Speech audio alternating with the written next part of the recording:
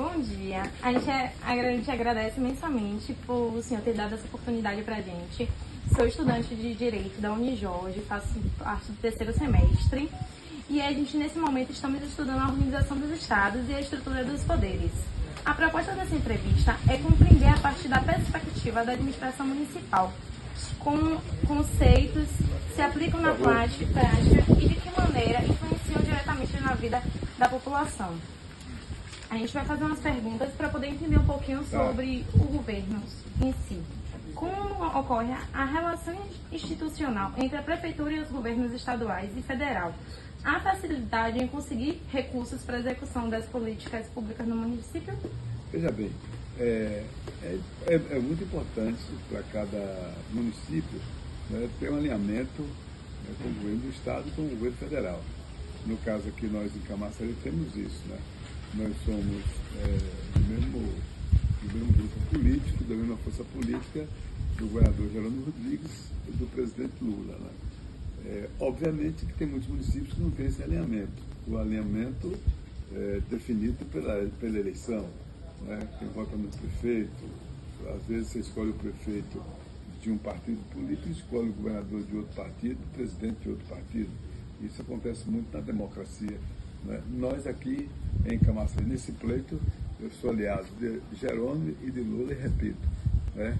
Então isso também tem me ajudado muito. Por exemplo, a gente já trouxe agora, já no início do governo, com o presidente Lula, uma policlínica sendo construída no nosso município, uma policlínica que vai, só para você ter ideia, entregar em torno de 800 pessoas, vai fazer todos os exames de imagem, ou seja, vai ser uma super policlínica, né? Além também da BID, que Lula se articulou juntamente com Jerônimo, com Rui Costa, com Wagner, com Otto Alencar, e nós estamos já instalando, já vai ser anunciado agora, dia 1º, né, já os carros que vão ser produzidos aqui em Camaçari, vai ter um lançamento desse carro lá na BID, com a presença do governador, com a minha presença, com a presença da direção internacional da BID, e mais outras autoridades. Então, esse alinhamento, no meu entender, o município só tem a ganhar. O governador Jerônimo, por exemplo, ajudou a trazer a BID, o governador Jerônimo já garantiu e vai começar o processo da construção da UPA ali de Abrantes, da UPA de Monte Gordo, tem ajudado também na reestruturação da saúde pública de Camaçari. Nós inauguramos recentemente um centro poliesportivo no Gravatá, que também foi bancado pelo governo do estado. Então, há um processo assim constante de alinhamento que favorece o município.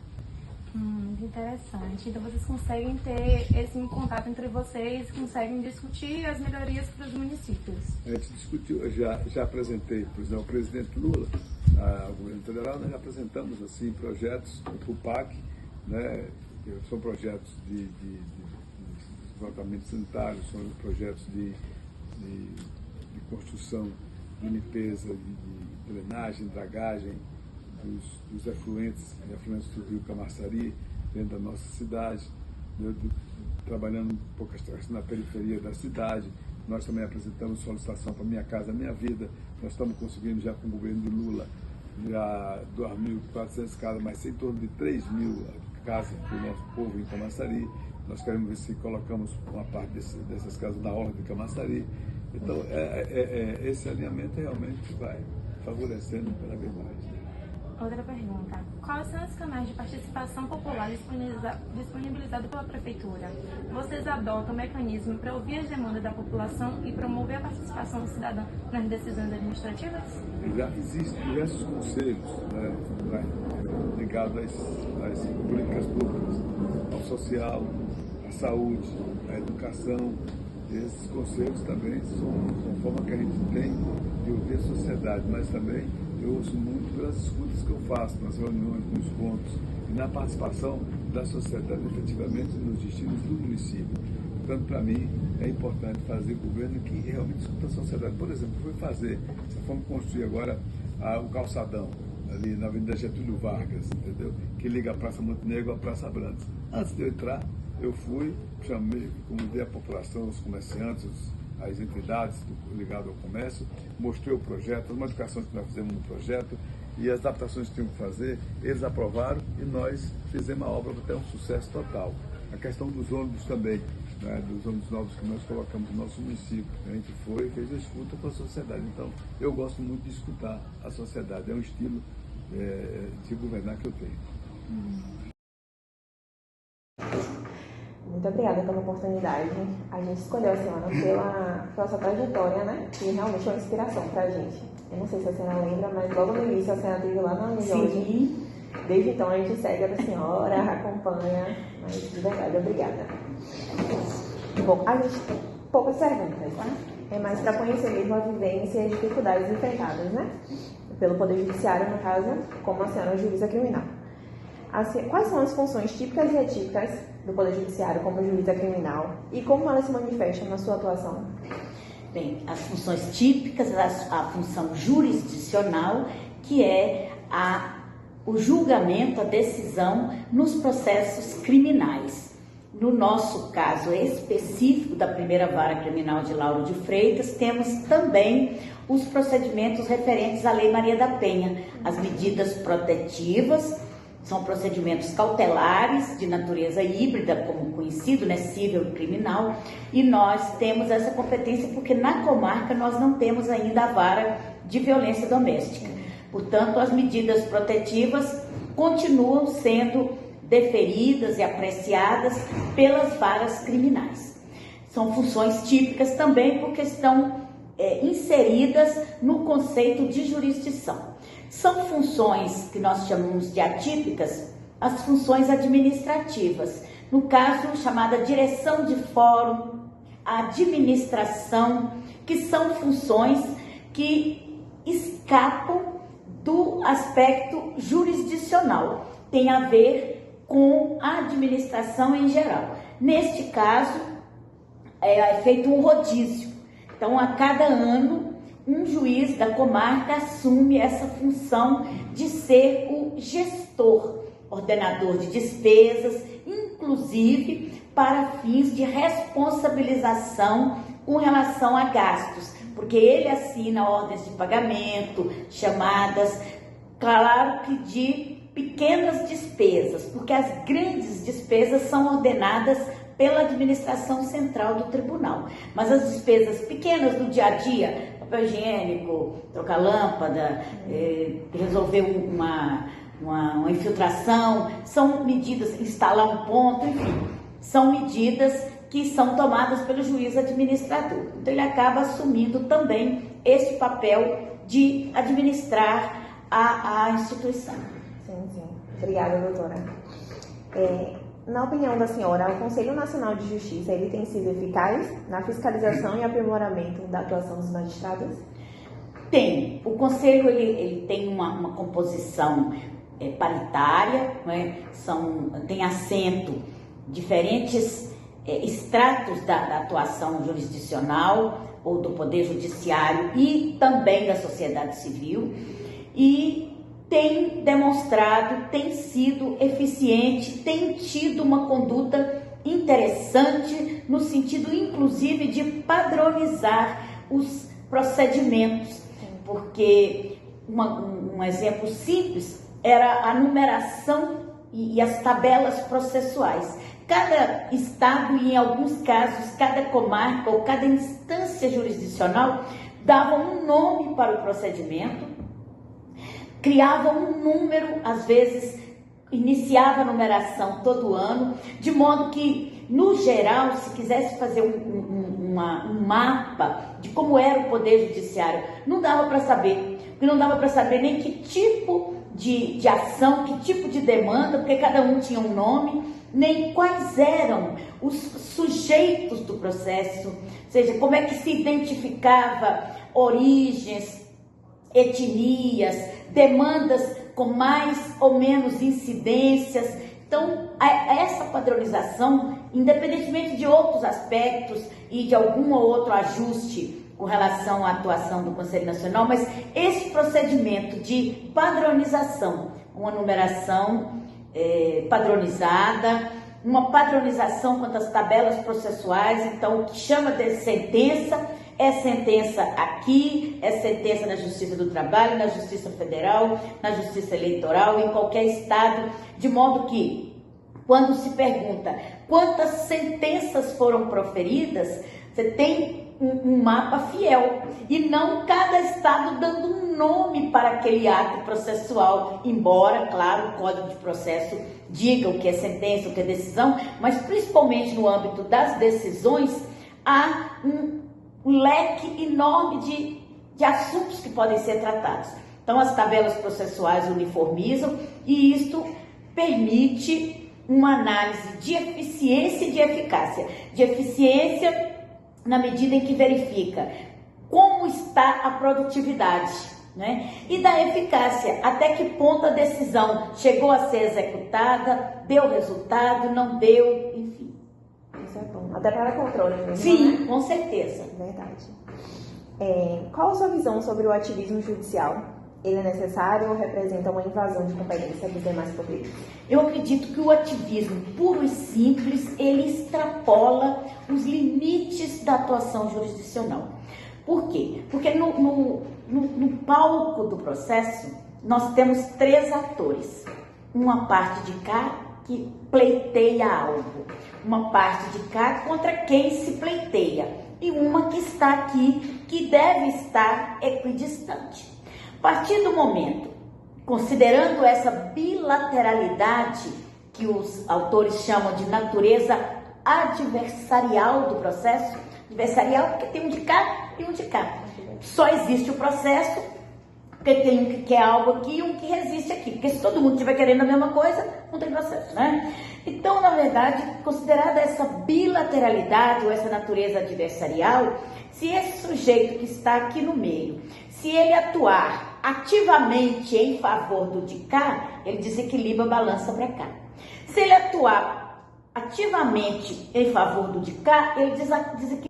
E esta não é uma imagem que se espera de uma distribuição equitativa de justiça. Portanto, no processo, no bojo dos autos, independente da atuação do cidadão, o juiz é outra história, mas no processo, considerada a bilateralidade da relação processual, o ativismo, se esse ativismo significar pender para um lado ou para o outro, e se é dentro do processo, será para um lado ou para o outro, porque se aqui estão discutindo divórcio, lógico que aqui não vai ter uma atuação com o meio ambiente, que não tem nada a ver com a história, né? Então, dentro do processo, é necessário manter essa equidistância, ou seja, qualquer ativismo que desequilibre essa balança, me parece extrapolar os limites da jurisdição. Obrigada, doutora. Sabe as palavras. Quais são os principais obstáculos enfrentados pela Defensoria Pública aqui na sua comarca? Bem, essa é aquela pergunta que eu tenho lugar de escuta e não de fala, porque como não integro os quadros da Defensoria, eu não saberia dizer, e essa seria muito interessante, essa pergunta para a pessoa integrante da Defensoria. Mas eu acredito que, como as instituições em geral, é possível que haja um reduzido número de profissionais, de defensores, para atender um universo muito grande de necessitados, né? Imagino que faltem recursos, mas acredito que com certeza alguém da Defensoria teria e com certeza tem a legitimidade para essa resposta. Obrigada, doutora. Para finalizar, né, quais são, na sua percepção, os principais gargalos administrativos que dificultam a efetividade da justiça criminal? Eu acredito que nós ainda passemos por alguns problemas com relação às execuções, né, das penas. O sistema carcerário, ele ainda precisa de alguns ajustes, até para impedir que ali seja só um depósito, entre aspas, de pessoas indesejadas, não é? E que ele efetivamente atue como um espaço de promoção, de cidadania e em alguns casos até de conscientização quanto à conduta praticada.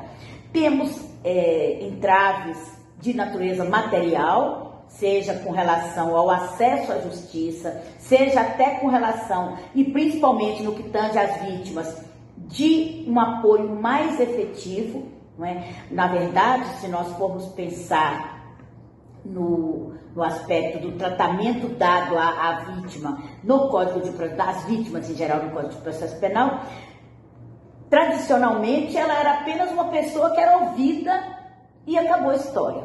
Somente, mais modernamente, tem se buscado esse apoio, esse tratamento mais cuidadoso com a vítima, com a pessoa que figura como vítima, de qualquer que seja o delito, em especial delitos contra a pessoa, delitos com violência contra a pessoa, que acabam trazendo traumas e determinadas sequelas que a pessoa precisa conviver, seja qualquer tipo de violência, seja violência de indivíduo contra indivíduo, seja violência de Estado.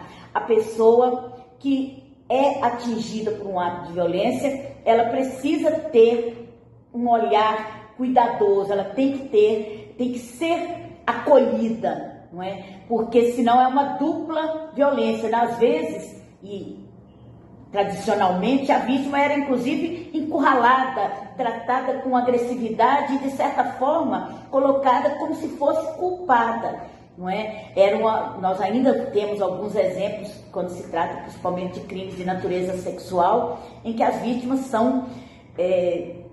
acabam, se não houver muito cuidado de todos os atores, ela é agredida duplamente, né? É colocada em xeque a sua idoneidade, a verdade de suas palavras, o seu comportamento, sua vida pregressa, enfim, ela é praticamente atropelada. Então, acredito que uma equipe multidisciplinar que dê um suporte às pessoas que são vítimas, principalmente vítimas de crimes violentos, é um dos passos bem interessantes e necessários na efetivação de uma justiça criminal cidadã e humanitária. Certo. Boa tarde, senhor vereador. É uma satisfação tê-lo conosco. Agradecemos por aceitar nosso convite. Eu sou estudante do terceiro semestre do curso de Direito na Faculdade Unijorge. A gente quer saber um pouquinho sobre o poder legislativo. De forma resumida, especificamente no município, qual é o papel e as atribuições do poder legislativo municipal e o que compete ao vereador dentro dessa estrutura? Primeiro, dizer também que é um prazer estar aqui com você, estudante da Unijorge, e falando um pouco de política. Eu acredito que dos dois poderes, legislativo e executivo, o poder legislativo é uma soberania também no município, onde você rege as leis, normatiza a qualidade de vida das pessoas, a estrutura de serviço público, seja de saúde, de infraestrutura, de assistência social, e é onde tramita tudo que é necessário para a cidade. Então, é na Câmara que nós temos comissões temáticas, comissões de Constituição e Justiça, onde vai validar a legalidade de todos os projetos que são definidos em lei dentro da cidade, comissão de Finanças e Orçamento, onde a LDO tramita, que é o orçamento, onde vai dar diretrizes das despesas da nossa cidade, e o planejamento estratégico do que será realizado pelo Executivo, e lá onde a gente discute a qualidade de vida da cidade, seja ela em infraestrutura, seja ela em ação social, seja ela em saúde e educação.